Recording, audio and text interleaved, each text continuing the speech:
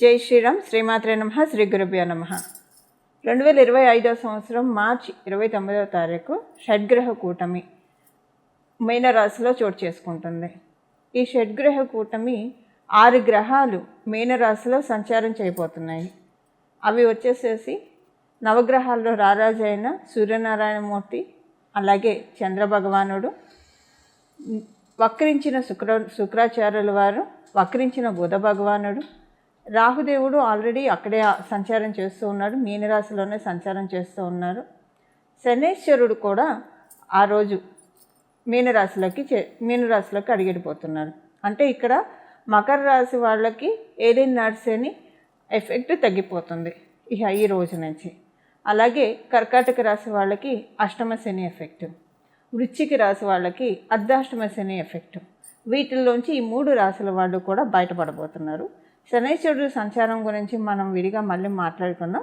ప్రస్తుతం మనం ఈ షడ్గ్రహ కూటమి 6 గ్రహాలు కాలపురుషుడి కుండలిలో 1000 స్థానంలో సంచారం చేస్తూ ద్వాదశ రాశుల వాళ్ళకి, ద్వాదశ లగ్నాల వాళ్ళకి ఎలాంటి ఫలితాలను సూచిస్తున్నాయి, తీసుకోవాల్సిన జాగ్రత్తలు ఏంటి, ఇవన్నీ మనం ఒకసారి చూద్దాం.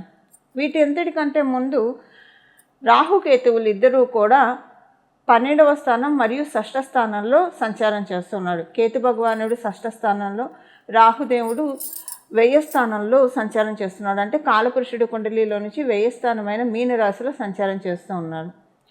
ఈ కన్యా రాశి కరెక్ట్గా చూసుకుంటే కనుక మనకి అంటే మిడ్ ఆఫ్ ద జోడియాక్ షడ్రూపీస్ని సూచిస్తుంది ఈ కన్యా రాశి. రుణ రోగ శత్రుస్థానం అని చెప్తుంది జ్యోతిష శాస్త్రం. ఈ కన్యా రాశిని 6వ స్థానాన్ని, అంటే ఏ రాశికైనా సరే 6వ స్థానం రుణ రోగ శత్రుస్థానాన్ని సూచిస్తుంది. అక్కడ కేతు భగవానుడు ఉన్నాడు. యాక్చువల్గా రాహు భగవానుడికి కన్యా రాశి చాలా కంఫర్టబుల్ ప్లేస్, మీన రాశిలో కేతు దేవునికి చాలా కంఫర్టబుల్ ప్రదేశం. వీళ్ళిద్దరూ కూడా దానికి ఆపోజిట్గా సంచారం చేస్తూ ఈ షడ్గ్రహ కూటమి చోటు చేసుకుంటూ ఉంది. 12వ స్థానము మనందరినీ కూడా లిబరేట్ చేసే హౌస్.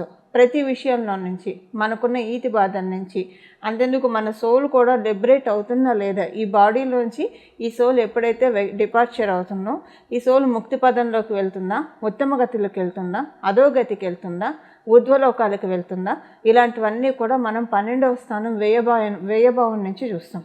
అంటే వ్యయభావం అంటే మొత్తం ఖర్చు అయిపోవడం, డబ్బులు ఖర్చు అయిపోవడం, మన కర్మలు కూడా ఖర్చు అయిపోవడం. అది పుణ్యకర్మలు కావచ్చు, పాపకర్మలు కావచ్చు. ఈ 2 ఖర్చు అయిపోయినప్పుడే మన సోలు ఉత్తమ గతులు చేరుకోవడానికి అర్హత సాధిస్తుంది.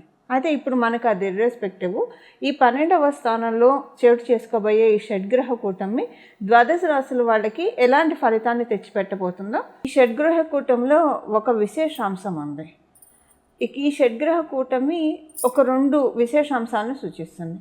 కన్యా రాశిలో కేతు భగవానుడు సంచారం చేస్తున్నాడు. కన్యా రాశ్యాధిపతి అయిన బుధ భగవానుడు మీనరాశిలో సంచారం చేస్తూ ఉన్నాడు. ఆయన ఆయన వక్రగతిలో ఉన్నాడు. ఇది నీచ స్థానం. మీనరాశి బుధ భగవానుడికి నీచ స్థానం. నీచ స్థానంలో ఉండి వక్రించాడంటే ఇది ఒక ఉచ్చ స్థానాన్ని సూచిస్తుంది. అంటే ఇది ఒక ఎగ్జాల్టేషన్ పాయింట్గా మనకి కన్సిడరేషన్లోకి వస్తుంది.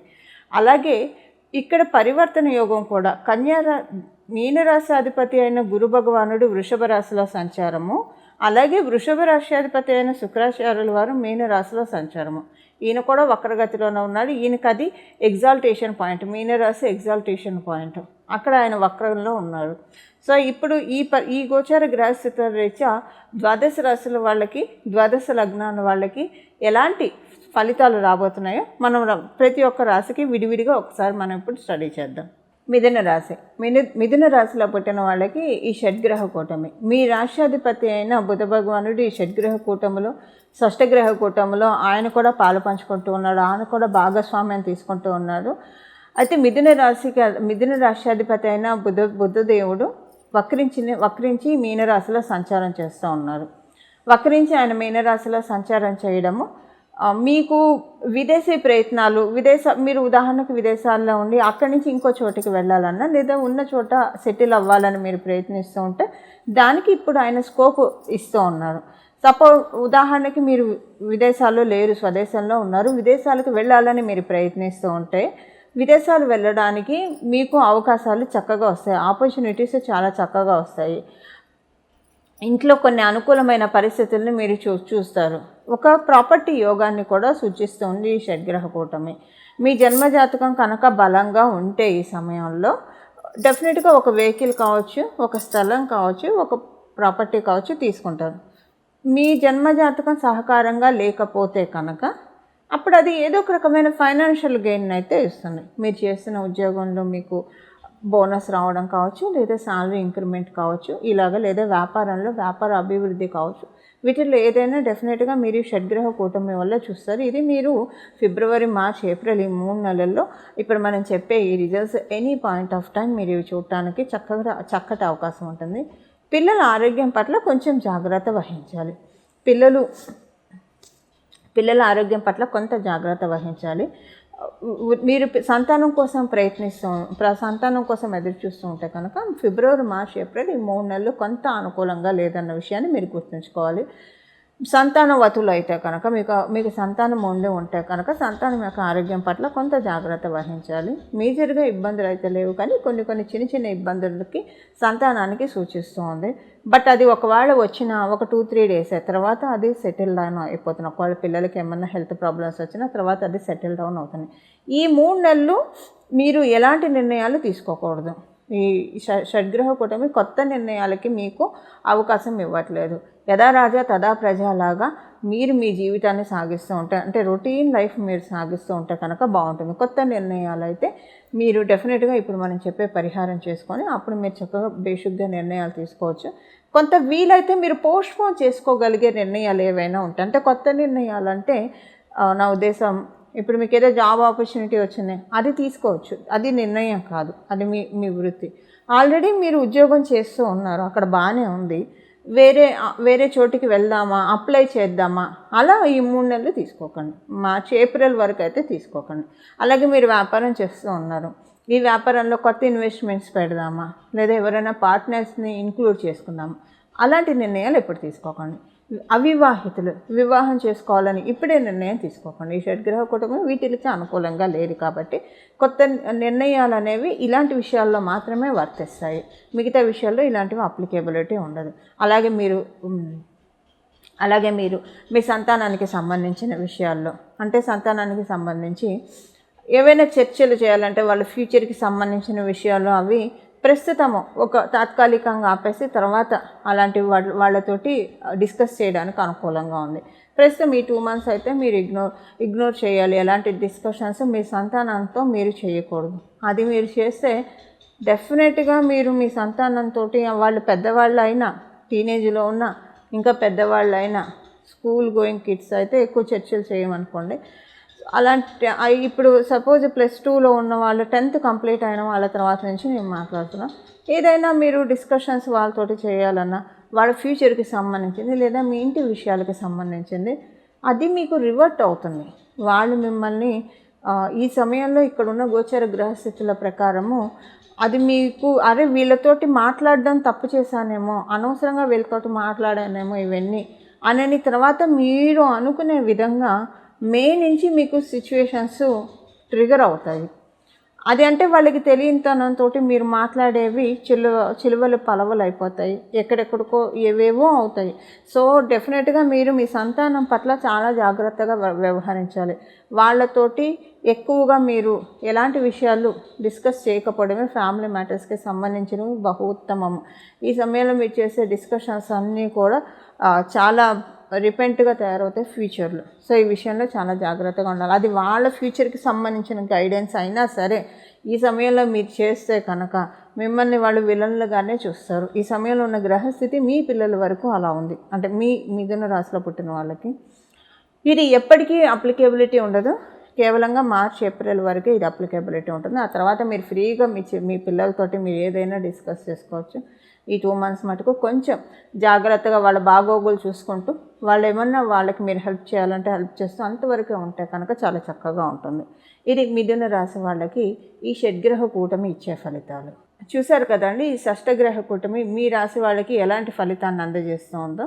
ఇప్పుడు మనం దీనికి చేసుకోవాల్సిన పరిహారం, ఏ పరిహారం చేసుకుంటే ఈ షడ్గ్రహ కూటమి ఒక బ్యాడ్ ఇంపాక్ట్స్ మనకి రాకుండా, అలాగే ఈ షడ్గ్రహ ఎప్పుడైనా సరే ఒక 2 గ్రహాలు కలిస్తే యోగం, 3 గ్రహాలు కలిస్తే యోగం, 4 గ్రహాలు కలిస్తే యోగం. ఎప్పుడైనా యోగాలు ఎలా ఏర్పడతాయి? ఒక గ్రహానికి ఇంకొక గ్రహానికి ఏదో ఒక రకమైన కనెక్షన్ ఉంటేనే యోగం వస్తుంది. కొన్ని గ్రహాలకు అసలు ఏ గ్రహంతో కనెక్షన్ లేకపోయినా కూడా యోగం వస్తుంది. అది ఎలాంటి వాళ్ళకు వస్తుందంటే మనకి వృషభ రాశి వాళ్ళకి, తులారాశి వాళ్ళకి, అలాగే కర్కాటక రాశి వాళ్ళకి, సింహరాశి వాళ్ళకి, మకర కుంభరాశుల వాళ్ళకి. ఇప్పుడు వృషభ రాశి వాళ్ళకి, తులారాశి వాళ్ళకి శనిశ్వరుడు ఒక్కడు చాలు, ఏ గ్రహంతో సంబంధం లేకుండా పరిపూర్తిగా రాజయోగాన్ని ఇచ్చేస్తాడు. అలాగే కర్కాటక రాశి, సింహరాశి వాళ్ళకి మంగళ ఒక్కడు చాలు, అతనికి ఏ గ్రహంతో, మంగళకి ఏ ప్లానెట్తో సంబంధం లేకపోయినా పరిపూర్తి రాజయోగాన్ని ఇస్తాడు. మకర కుంభరాశుల వారికి శుక్రాచార్యులు ఒక్కడు చాలు, ఏ గ్రహంతో సంబంధం లేకపోయినా పరిపూర్తి రాజయోగాన్ని ఇస్తారు. అదే వాళ్ళు కూడా ఇంకొక గ్రహంతో కలిస్తే ఈ యోగం అనేది మరింత పటిష్టమవుతుంది, మరింత బలోపేతం అవుతుంది. ఇప్పుడు ఈ యోగాన్ని మనం పటిష్టం చేసుకోవడానికి ఏ రకమైన పరిహారం చేసుకోవాలో ఇప్పుడు మనం చూద్దాం. షడ్గ్రహ కూటమి స్టార్ట్ అయిన 29వ తారీఖు మనకి షడ్గ్రహ కూటమి ఉంటుంది.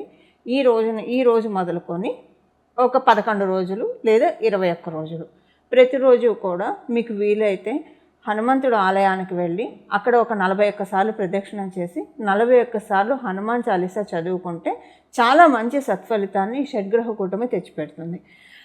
సో ఉదాహరణకి మీ ఇంటి దగ్గర ఆంజనేయ స్వామి వారి గుడి అందుబాటులో లేదు, ఉదాహరణకు ఒకవేళ అందుబాటులో ఉన్న మీ టైం బిజీ వల్ల మీరు 21 రోజులు కంటిన్యూగా వెళ్ళలేకపోతూ ఉన్నారంటే 21 రోజులు మీ ఇంట్లో అయినా సరే ప్రతిరోజు స్నానం చేసిన వెంటనే హనుమాన్ చాలీసాని ఒక 11 సార్లు మీరు చదువుకోవాలి. ఖచ్చితంగా 21 రోజులు ప్రతిరోజు క్రమం తప్పకుండా 11 సార్లు రిపీటెడ్గా హనుమాన్ చాలీసాని చదువుకోవాలి.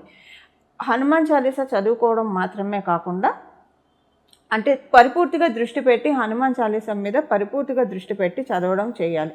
ఇలా చేయడం వల్ల ఈ షడ్గ్రహ కూటమి యొక్క నెగిటివ్ ఎఫెక్ట్స్ అన్నీ కూడా ఆయన తోకతో జాడించి కొడతాడు. అలాగే దీనివల్ల వచ్చే యోగాలన్నింటినీ కూడా ఫిల్టర్ చేసి మనకు అందిస్తాడు, అంటే మనల్ని ఆశీర్వదిస్తాడు. ఆయన ఆశీర్వాదం, భగవంతుడి ఆశీర్వాదం ఎప్పుడైతే మనకు వస్తుందో అది ఒక వరం. భగవంతుడి ఆశీర్వాదం అంటే మనకి జీవితంలో లోటు ఏముంటుంది చెప్పండి. అలా మనకి ఆంజనేయ స్వామి వారి చరణాలను ఆశ్రయిస్తే అలాంటి సత్ఫలితాలు ఉంటుంది. అలాగే మార్చి 29వ తారీఖు నుంచి ప్రతిరోజు కూడా శ్రీరామ భక్తాయ హనుమతే నమః, శ్రీరామ భక్తాయ హనుమతే నమః, శ్రీరామ భక్తాయ హనుమతే నమః, శ్రీరామ భక్తాయ హనుమతే నమః అని ఈ నామాన్ని సర్వకాల సర్వావస్థలో, అంటే మీరు ఏ పని చేస్తున్నా సరే ఈ నామాన్ని జపించుకోవచ్చు. మీరు ఉదయాన్నే కొంచెం స్నానం ఆలస్యంగా చేస్తున్నా ఈ నామాన్ని జపించవచ్చు, రాత్రి పడుకునేప్పుడు ఈ నామాన్ని జపించవచ్చు, మీరు ఏ పని చేస్తున్నా ఈ నామాన్ని జపించవచ్చు. మీరు బాత్రూమ్కి వెళ్ళినప్పుడు తప్పించి ఇంకా మిగతా సమయాలు మొత్తం కూడా ఈ నామాన్ని చక్కగా జపించవచ్చు. ఈ విధంగా హనుమంతుడి చరణాన్ని ఆశ్రయిస్తే ఈ షడ్గ్రహ కూటమి మనందరికీ కూడా చాలా చక్కటి శుభ ఫలితాన్ని మనకు అందజేస్తుంది. అలాగే మీరు అమ్మవారు ఉపాసకులు అయితే ప్రతిరోజు కూడా 3 సార్లు లలిత సహస్రనామం చదవడానికి ప్రయత్నించండి.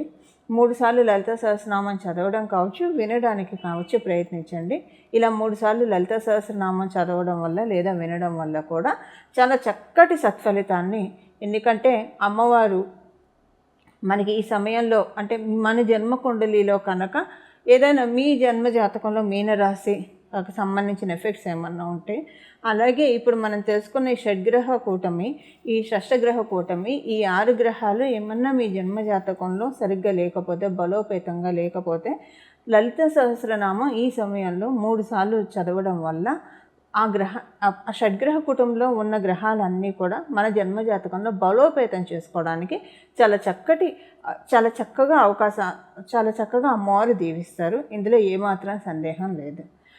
ఇలా మనందరం కూడా ఈ షడ్గ్రహ కూటమిని చక్కగా అనుకూలంగా మార్చుకోవాలని చెప్పి మన జన్మజాతకంలో ఉన్న ఇబ్బందుల నుంచి మనం బయటపడి గట్టెక్కి, అలాగే మన జన్మజాతకంలో ఉన్న బ్లెస్సింగ్స్ని మనకి వెలికి తీసే షడ్గ్రహ కూటమికి మనందరం కూడా ఆహ్వానం పలుకుదాము. మంగళం. నమో భగవతే వాసుదేవాయ.